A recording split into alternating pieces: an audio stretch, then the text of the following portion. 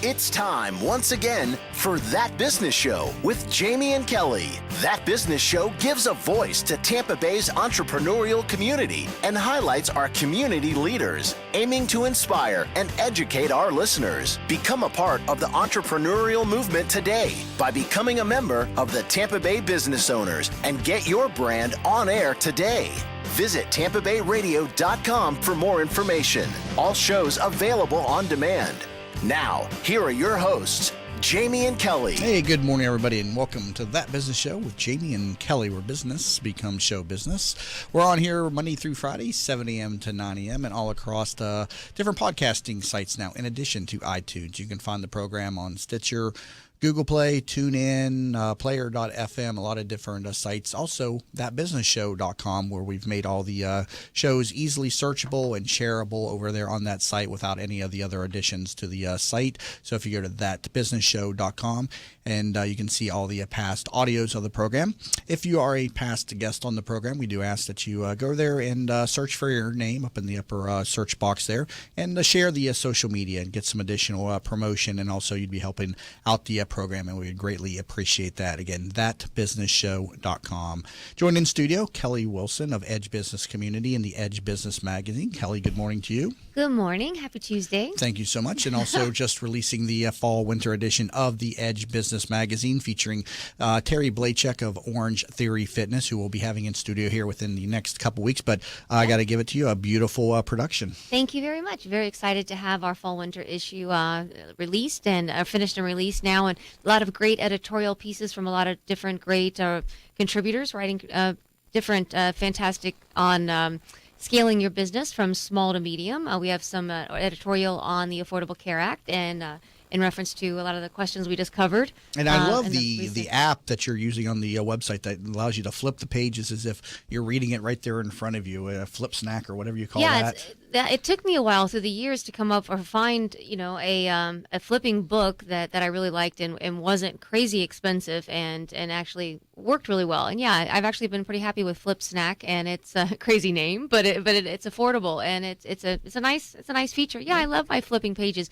You can make the cover like the main cover of the book hard. You can make it soft. You can make the different sounds of what the pages sound like when they flip. Yep. So yeah, I love it. Thank you. Edgebusiness.org. The copy should be up on the website later today. Yep. If you go into hover over Edge Media, archived issues is where that'll be. Hopefully it'll be on the front page as well. But all right, and we've been sharing it across social media as well.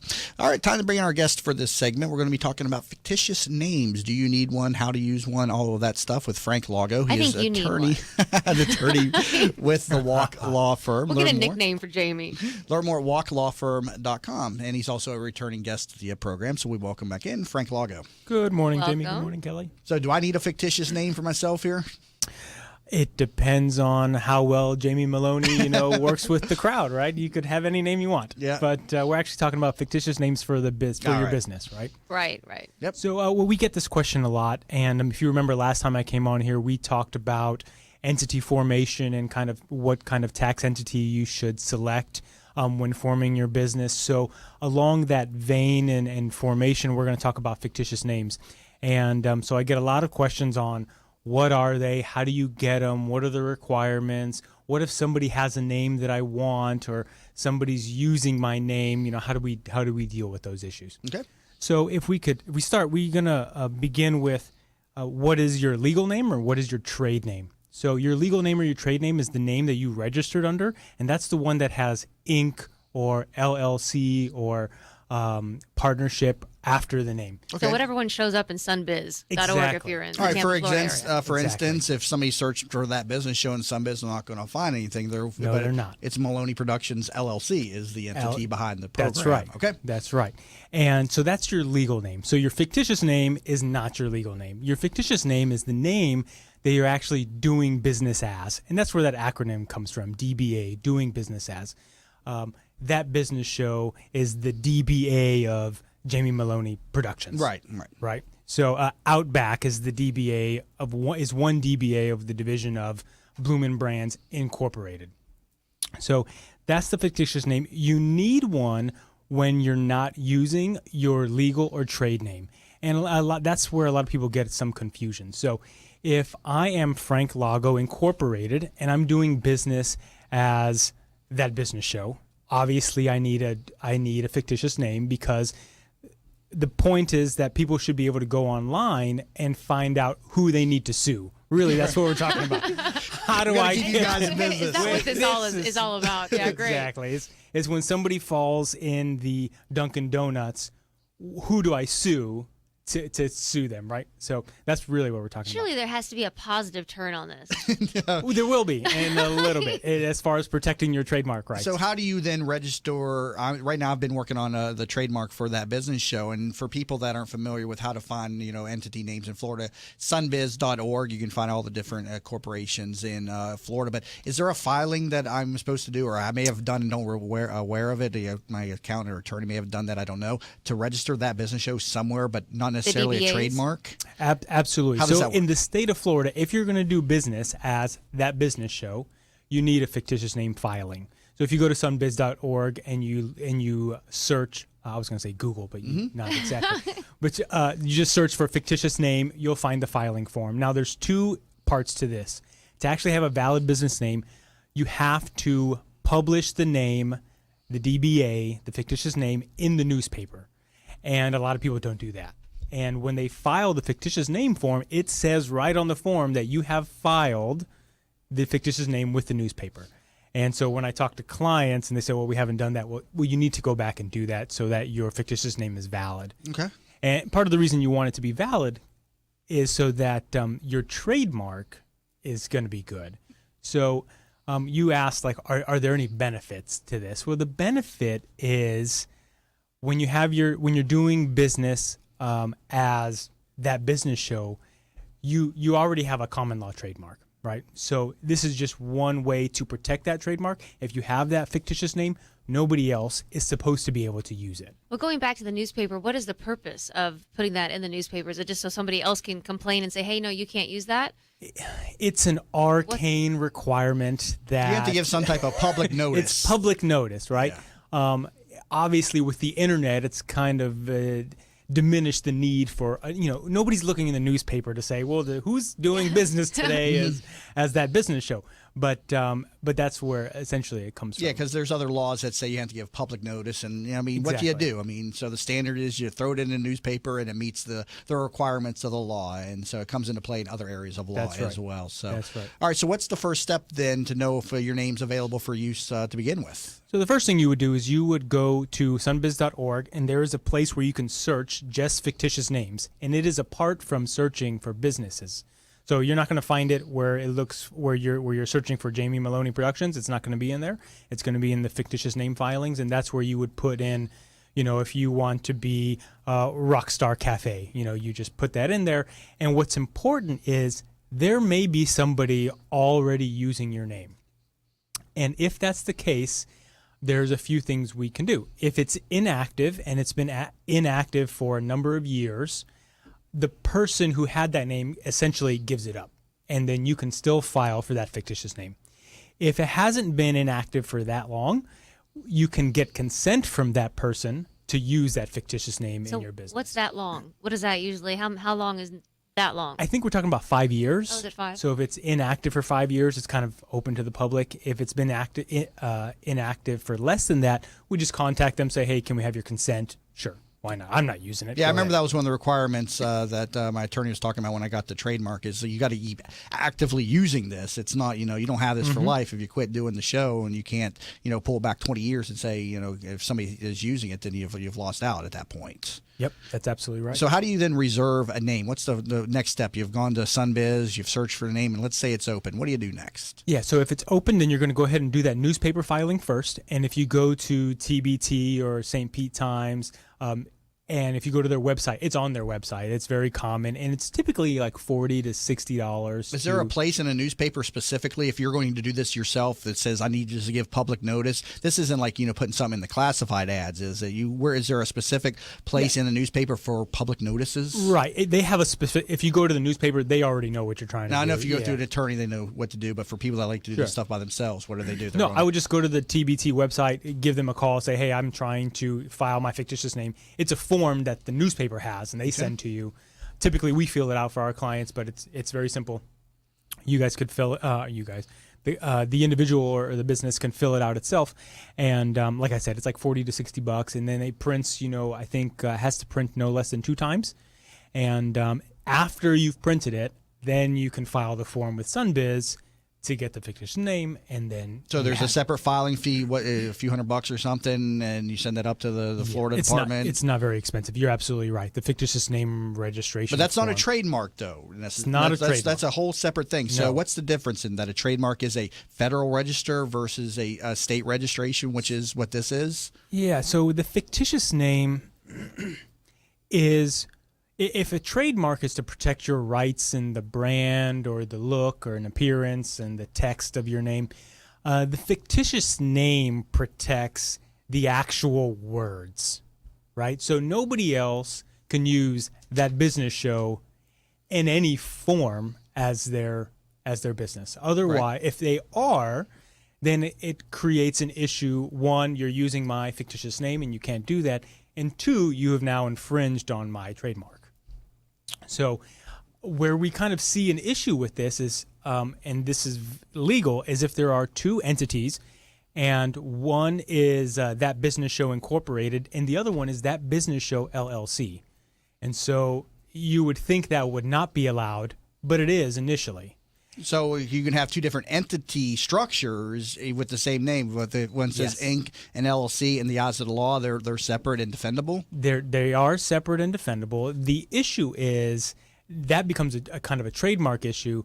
That is, are they infringing on my trademark, not necessarily my fictitious name? So people should always then take the next step after the fictitious name filing and go for the trademark then if they're actively using this, though. I think that's certainly the case. I mean, trademarks can be a little expensive, so I don't know if I could recommend it off of day one, but to the extent that you're using it in commerce and you want to protect it, and it has value, absolutely. And so if I don't have this situation, I got a trademark and everything for the program, but let's say I'm That Business Show LLC and then I file for a trademark and there's a That Business Show Inc. out there. What's that do in that situation where that person's already there without a trademark? I come in with a trademark under That Business Show LLC. What's it do to the .inc guy? Yeah, it makes it very confusing. That's what that does. You'd be infringing. So that's when you call your attorney to look at the problem.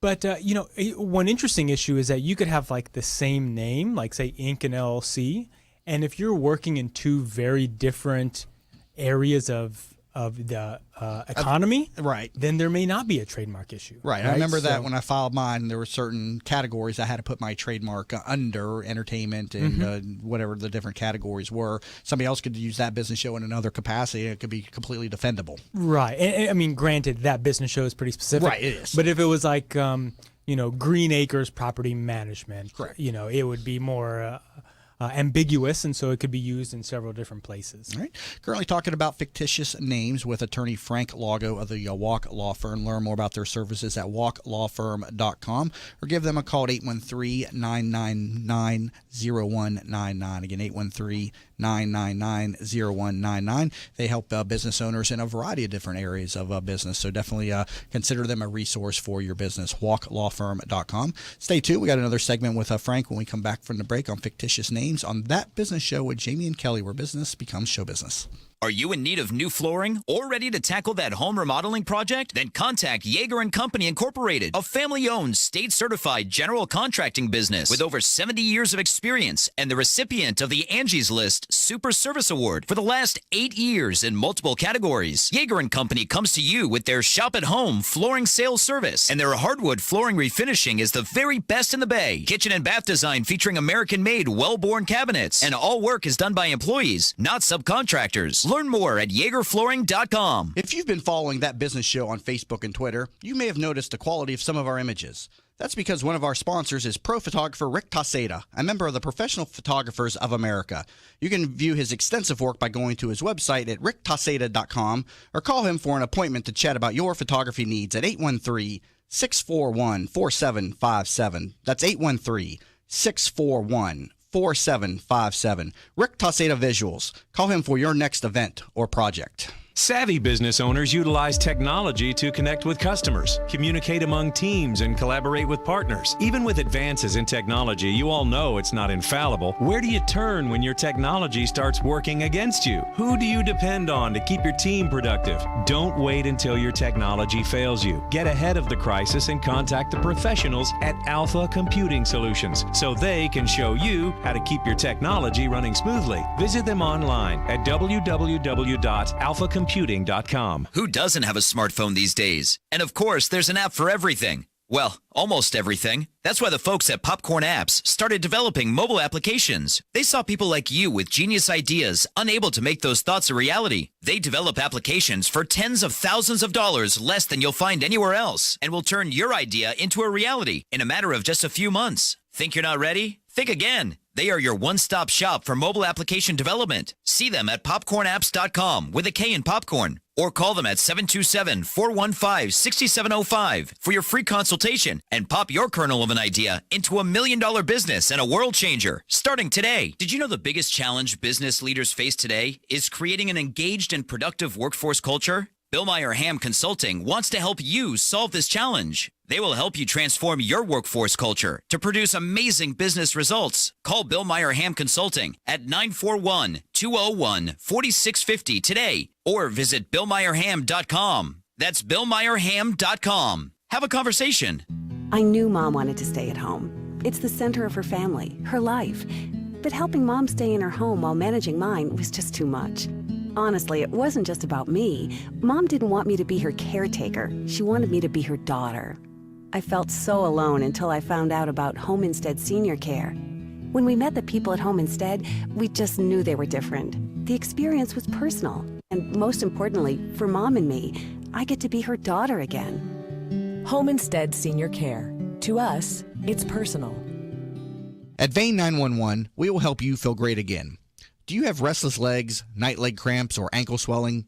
Restless legs, cramping, swelling, and tired heavy legs are often symptoms of hidden vein disease. You do not have to have visible bulging veins to have the symptoms of vein disease. The vein care specialists at Vein 911 are uniquely qualified to evaluate and treat your veins. Are you unhappy with your previous vein treatment? Vein 911 succeeds where others fail. Call Vein 911 today at 855-VEIN-911. That's 855-834-6911 to book your free consultation. Vein 911. We will help you feel great again. From the RP Funding Traffic Network. Biggest delays around the Bay Area, eastbound Hillsborough Avenue approaching Town and Country Boulevard, crash there. Also south, eastbound Memorial Highway, crash near Dana Shores. Still seeing big delays on the southbound side of the Veterans Expressway from the Lutz area to Gunn Highway. Also westbound Selman Expressway from I-75 over towards 50th Street. See traffic problems, call the injury firm of Abrahamson Uterick Hillsborough traffic tip line 866-545-9595. This report is brought to you by Lead Safe America. Does your child struggle to concentrate and pay attention? What looks like ADD or autism may actually be caused by lead poisoning. Lead is a neurotoxin. It can cause permanent brain damage. Find out how to protect your family. Go to leadsafeamerica.org. A 60% chance for showers and thunderstorms. High 79. Clearing overnight, low 65. Tomorrow, morning fog, partly cloudy, lower humidity, high 76. You're listening to That Business Show with Jamie and Kelly on 1250 Winds WHNZ. Missed a show? Then head over to TampaBayRadio.com, where all shows are available on demand. Once again, here are your hosts, Jamie and Kelly. And welcome back to That Business Show with Jamie and Kelly, where business becomes show business. Talking about fictitious names with Frank Lago of the Walk Law Firm. Learn more about their services, walklawfirm.com. So when you are using your legal name, so even like I have Kelly Enterprises, every time I use that name, am I supposed to say Kelly Enterprises LLC, or can you just use it as Kelly Enterprises, or how does that work? So technically, if you're doing business as your legal name or your trade name, they're the same thing, and it has Enterprises or Inc. or LLC, you need to include that in your business material. So we're at the Walk Law Firm. We're a professional association, a PA. So it's actually Walk Law Firm PA. And when we do business, it's as Walk Law Firm PA. If we were to do businesses like the Walk Law Firm, we really should have a fictitious name. So, like, if you're doing, what was the name of your business? Kelly Enterprises, and then I have multiple DBAs for like the Edge business community and the magazine and different things like that. So, and some people find this a little kind of like, why do I have to include the LLC or Inc.? And I can't tell you why, other than the statutes require it. But to the extent that you are doing business under your legal name, it has to be your entire legal name, because if it's not your entire legal name, it's a fictitious name. So Walk Law Firm is a fictitious name of Walk Law Firm PA?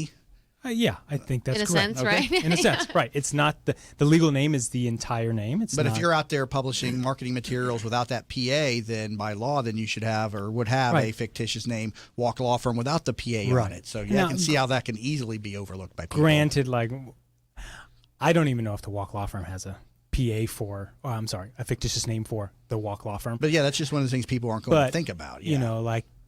But by using the full name, you're identifying whether or not you're a corporation or an LLC. They can, you're identifying what type of entity. Right. And people may not want to identify what they are, whether they're incorporated or an LLC or a partnership or an enterprise or anything like that. So that's why they just cut it out. Now, let's say you have a fictitious name in the state of Florida and you have identified somebody that is now using your fictitious name or a derivative thereof. What steps should you take? Can you just send them a letter? Is the first step just a cease and desist? Hey, I've already got this registered. What? They can't be immediately charged with a civil crime, can they? No. Okay. Essentially what we do is we try to solve these issues amicably, because really it's a very small filing. So you would say, please stop using this name, unregister your use of this name. And if there were further issues, and we do that by a letter, just like you said. So if there are further issues and they're actually really using the name and say diminishing your brand or clouding your brand, then you would go to the state of Florida and say, hey, they're not allowed to use this name. And typically that doesn't happen because the state of Florida has a pretty good matching system. You know, if it's the same exact name, the state of Florida will say, no, you can't. Same thing with like trademarks. Say that for whatever reason I began to use a federally, marked trademark unbeknownst to me. An attorney can't immediately come to me and slap me with a $10,000 lawsuit without giving me a warning, can they? That's a concern of a lot of business owners, and especially in like this weekend I was watching, especially on the ADA, the Americans with Disabilities Act, how people can just get sued without even knowing they've even violated the law, without even a warning. Please correct this, or else there'll be consequences. Right now, if this is under trademark law, it could be a different issue. The fictitious name is specific. So somebody could hit you with an immediate lawsuit, even without giving you the chance to. Right, and I think that's unlikely because, well, that's not true, because if you were operating under somebody else's trademarked business name, somebody other radio show in North Carolina starts up as that business show. They don't get a chance because you have a registered trademark, so they don't get like a grace period or a waiver of lawsuits just because they didn't know. That doesn't suffice in American jurisprudence. You have a need to go look. Time frame to getting a fictitious name up and running. Then it seems like it's a pretty short time frame versus a trademark, which can take up to a year sometimes. That's right. I mean, the fictitious name is pretty short, and maybe a couple weeks.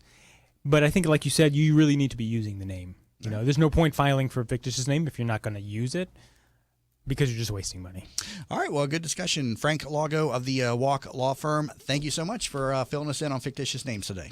Thank you, Jamie. Thank you. All right. And again, their firm also specializes in all areas of business. So reach out to them, 813-999-0199. Again, 813-999-0199, or visit walklawfirm.com. And more on this program at tampabayradio.com, as well as thatbusinessshow.com. And if you'd like to come onto the program, visit tbsinterview.com. You've been listening to That Business Show with Jamie and Kelly, where business becomes show business.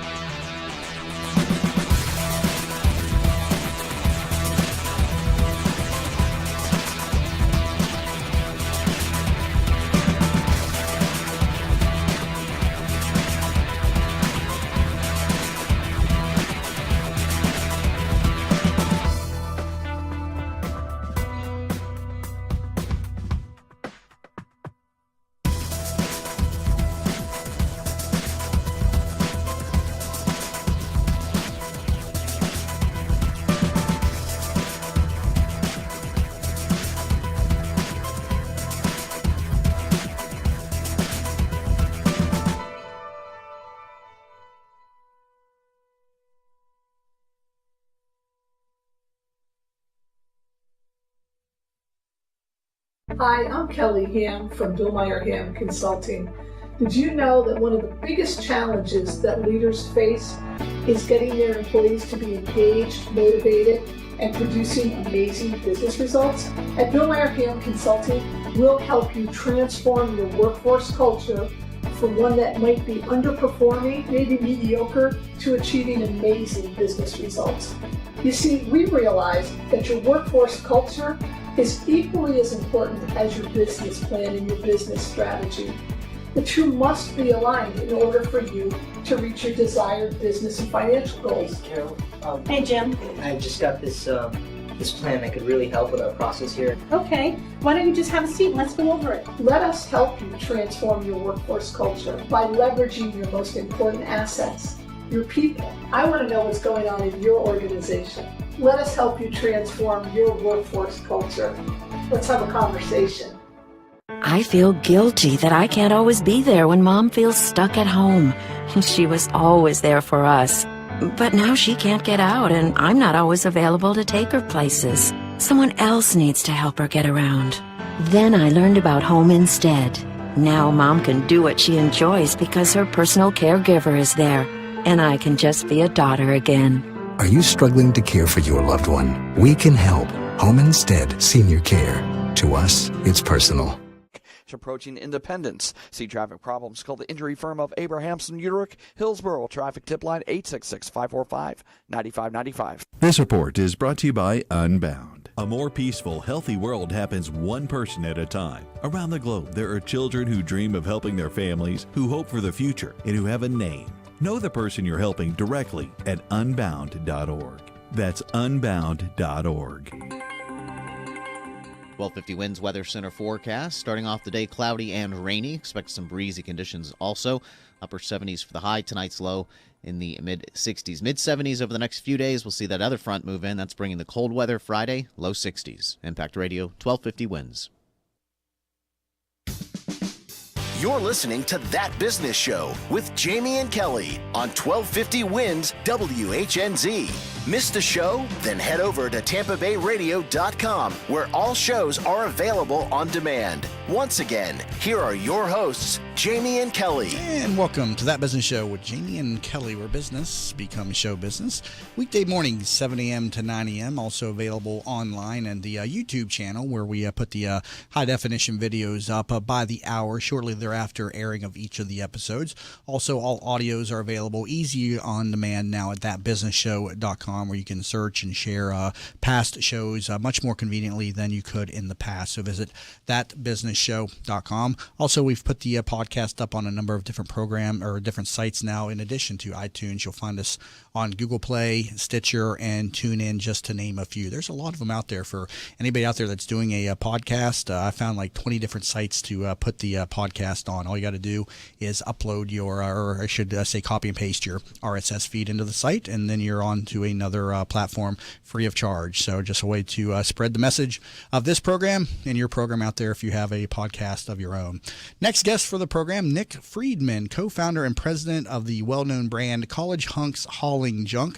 Learn more about them at that website, collegehunksHaulingJunk.com. Nick, welcome into the program today. Welcome, Nick. Hey guys, thanks for having me back. Much appreciated. Absolutely. And this is Nick's one of my favorite guests on the program because he represents the true entrepreneurial story of going from rags to riches. I mean, you and your partner started this basically just off an idea to make some money. So just tell us, a little bit about how this all got started. Yeah, absolutely. I was brought up to kind of follow the traditional career path. You work hard, you get good grades, you graduate from college, get a corporate job, and kind of climb the corporate ladder. And going into our senior year of college, we were home for summer vacation, just trying to think of ways to make some extra money. And my buddy from high school, who's now my business partner, his mom had this beat-up cargo van from her furniture store. And she said, hey, why don't you guys take the van, go do some odd jobs around the neighborhood, don't just be sitting around the house all summer. So we've just put flyers around the neighborhood that said College Hunks Hauling Junk. Obviously, we weren't so modest at the time, but we thought it was a good way to make the phone ring. And, sure enough, people had a need for the service. They had, a playful reaction to the name. So that was kind of the first light bulb moment for me was, okay, wow, there's maybe a different path that we could take. That's not your traditional corporate journey. So we actually went back to college our senior year and entered an entrepreneurship competition and ended up winning first prize. So that gives us a little more confidence in the idea. But then we graduated and didn't actually think to start the business initially right after graduation. We got corporate jobs briefly, and I emailed my business partner and said, hey, what's our timeline for quitting our jobs and starting this business? And he emailed me back all capital letters. My timeline's right now. Exclamation point, let's do this. Let's do this, right? So our parents were a little skeptical. We definitely saw some raised eyebrows. People were saying, you're going to quit your job to do what? Haul junk, and the company's going to be called what? College hunks. Do the guys take their shirts off when they come to move? How do you do your hiring and all those sorts of things? So we got a lot of uncertainty and skepticism, but we went all in, and obviously 10 years later now we've actually got about 100 locations around the country, and as you mentioned, wow, that's impressive. Well. I was just going to ask that. How long? 10 years now. I think last time we talked, you had like 40 franchises, and that was like last year. So you have like 100 franchises now. Am I correct? Yes. Yeah, we've really, I think, hit a tipping point. And, as they say, no overnight success happens overnight. I think it takes a lot of passion, patience is probably the key word there, and persistence. Those are kind of my 3 Ps. Absolutely. Of getting ahead in business. And so, surely I would have liked to be at 100. If you'd asked me when I was, 22 years old, when you're going to be at 100 franchises, I would have told you when I'm 23. But, it was a long, process, and I think we finally sort of hit a tipping point. As you mentioned, we've gone from about 50 2 years ago to now we're about 100. We'll probably see more growth in the next 2 to 3 years than we did in the first 10, and I think that's just a testament to the people that we brought into the organization, and the brand finally starting, catching some traction in the markets that we operate in as well. What all markets are you in now? Oh, wow. You want me to list all 100? Well, I don't know if we have time for that, but... No. We have about 12 in the state of Florida, and then kind of scattered up and down the East Coast, and maybe a few in the West Coast. We have a handful in Texas, a handful in the Midwest. So we're pretty scattered around the map, mostly metropolitan markets. One of the questions a lot of people ask us when they hear the name is, do we do a lot of work on college campuses? And actually, not really. Most of our employee base that are out on the trucks and providing service are students and college students for that matter, but most of our clientele are homeowners and businesses, so people that sort of appreciate the collegiate image, the friendly service of and trusted service of who's moving their belongings or hauling their. But your staff is not. away. But your staff or the people that are hauling the debris are not necessarily college people. I mean, anybody can apply for a position at College Hunks, I'm assuming. Absolutely. We actually came up with an acronym for hunks because we got the question so often about how do we hire. We tell people that hunks is by definition stands for honest, uniformed, nice, knowledgeable service. So by that definition, I still qualify. I guess you could say.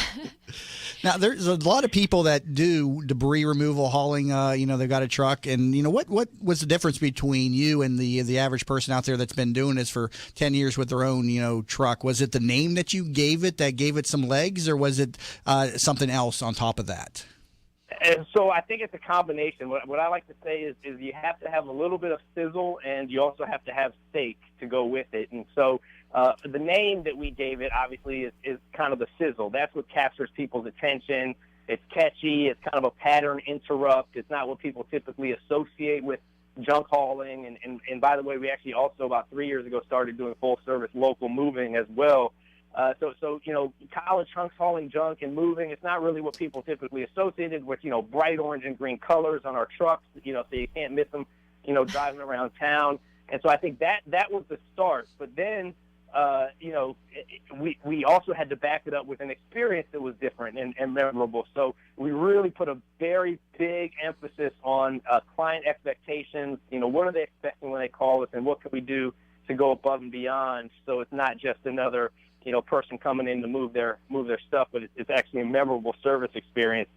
And one of the books that really influenced us early on was a book called Purple Cow by Seth Godin, a really short marketing book. And he talks about, hey, if you're driving down a country road and you see a bunch of brown cows, you've seen that before. You keep driving. But if there's a purple cow standing out there in the field, you're going to pull over, you're going to, put it on social media, you're going to tell your friends and neighbors about it.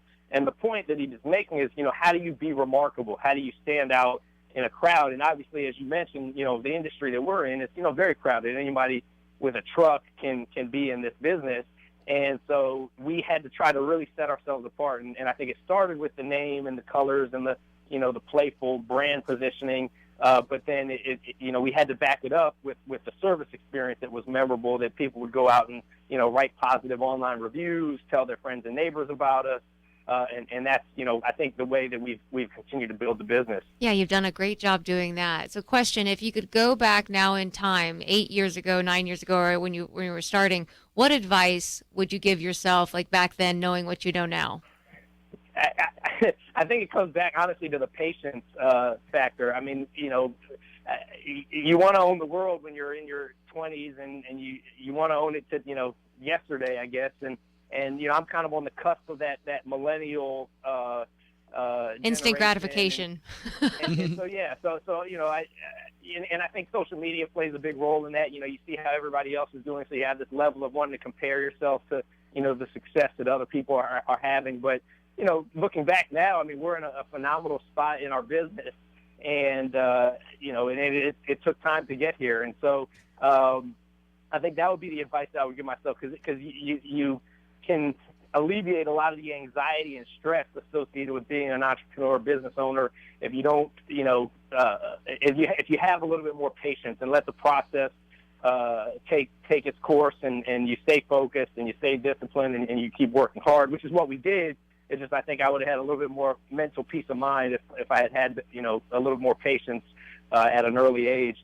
The other thing I would have told myself, and I always tell this story to people that are, growing businesses, I would have told myself to try to always be working on the business, not in the business. It's kind of a cliche by now in the business circles or entrepreneurship circles, but, creating systems and processes as much as possible so that the business can start to function without me being the one that's, having to pull all the levers. And we always did all the work ourselves when we first started.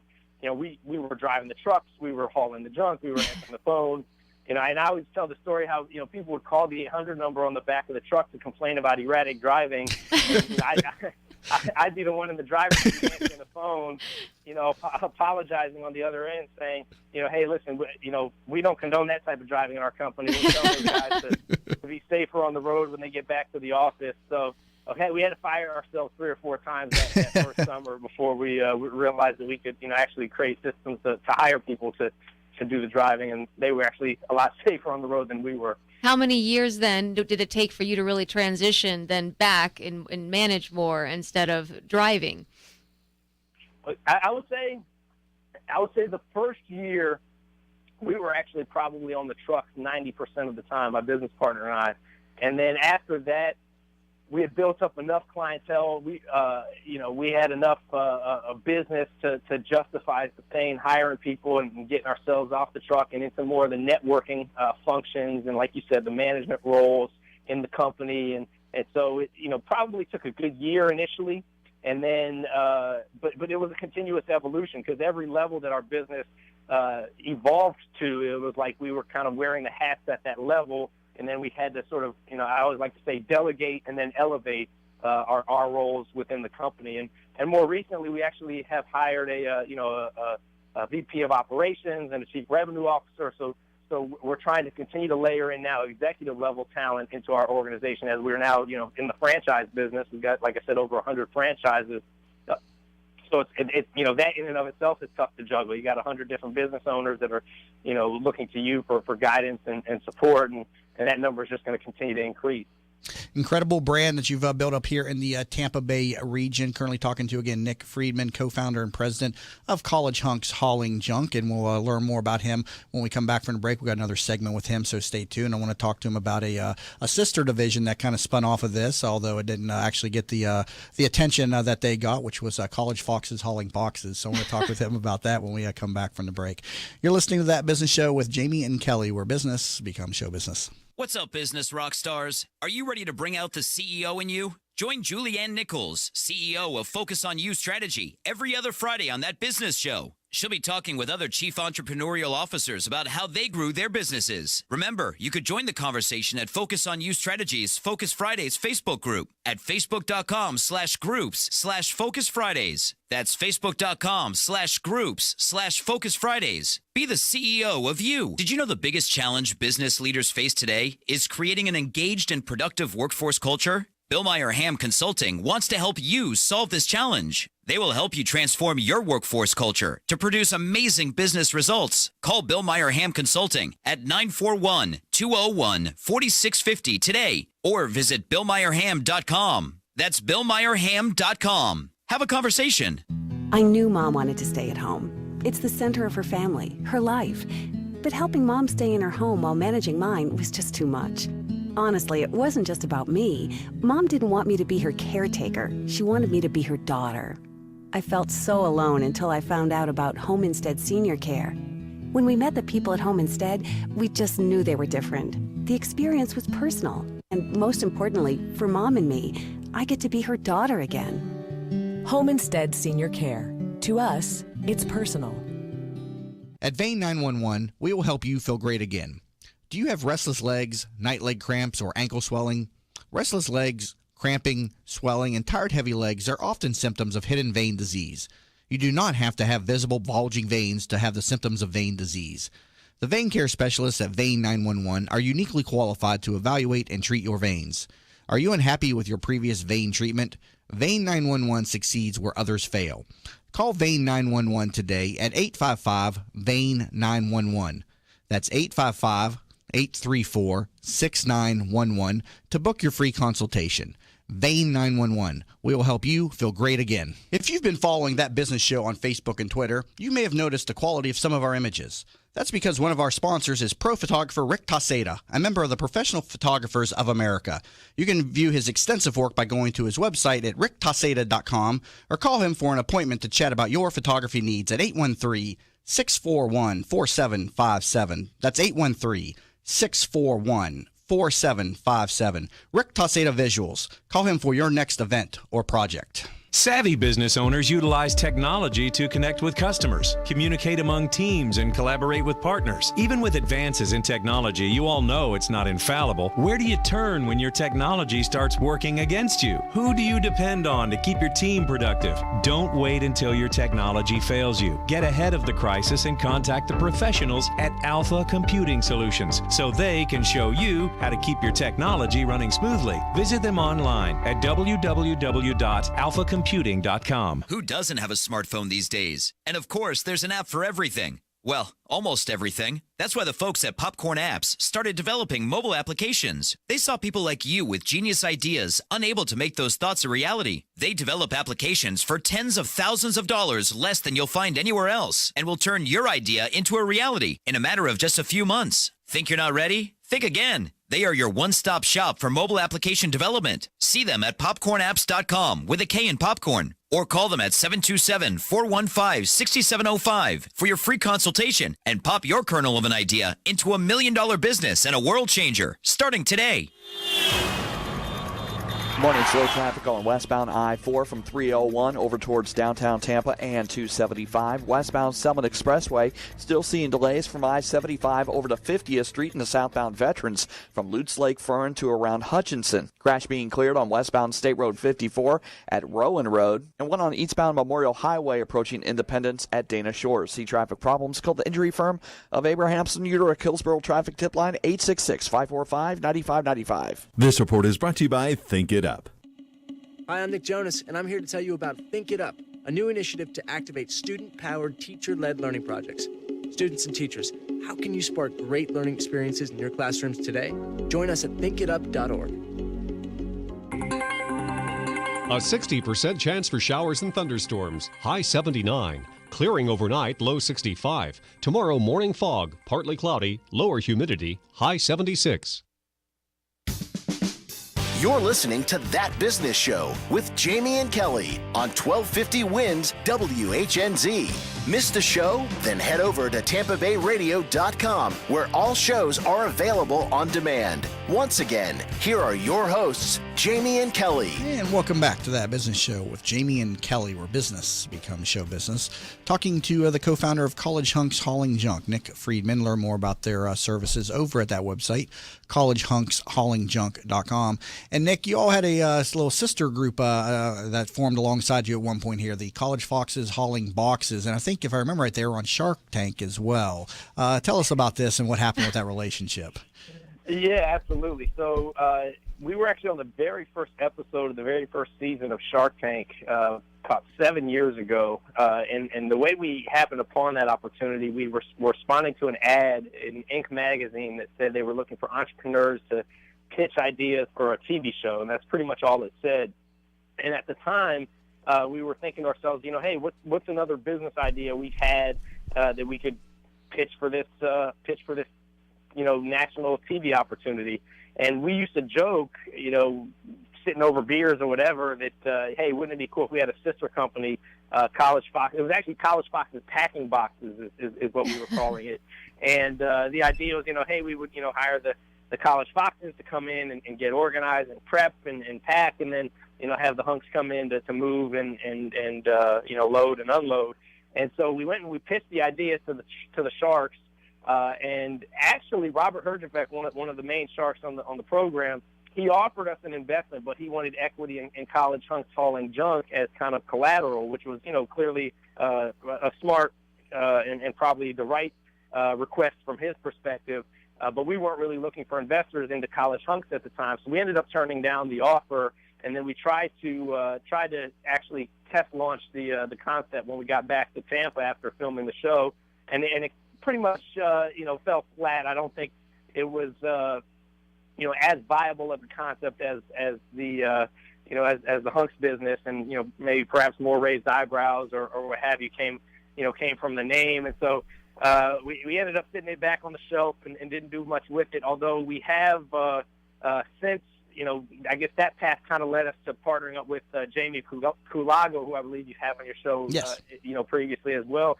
And she's actually partnered with us for a cleaning concept that we've now invested in called Two Maids and a Mop, which is a residential cleaning service. So somehow that path led us there, and it's worked out. But it actually kind of gets back to what I was saying before the break about patience, because I think back then we were kind of like, any entrepreneur is in that we had a little bit of what I like to say, ADD, where we we're chasing the next shiny idea, the next, concept that comes across our desk or pops into our head.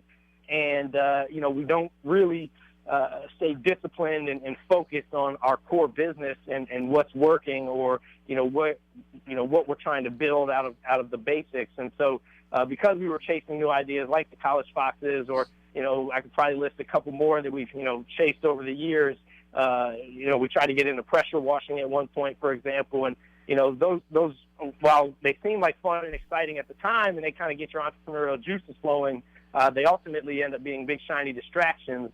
As my team likes to say, every time I bring up an idea that maybe is off course of our, main priorities for the quarter, they'll say, hey, Nick's got another squirrel idea. Yeah, here he goes again.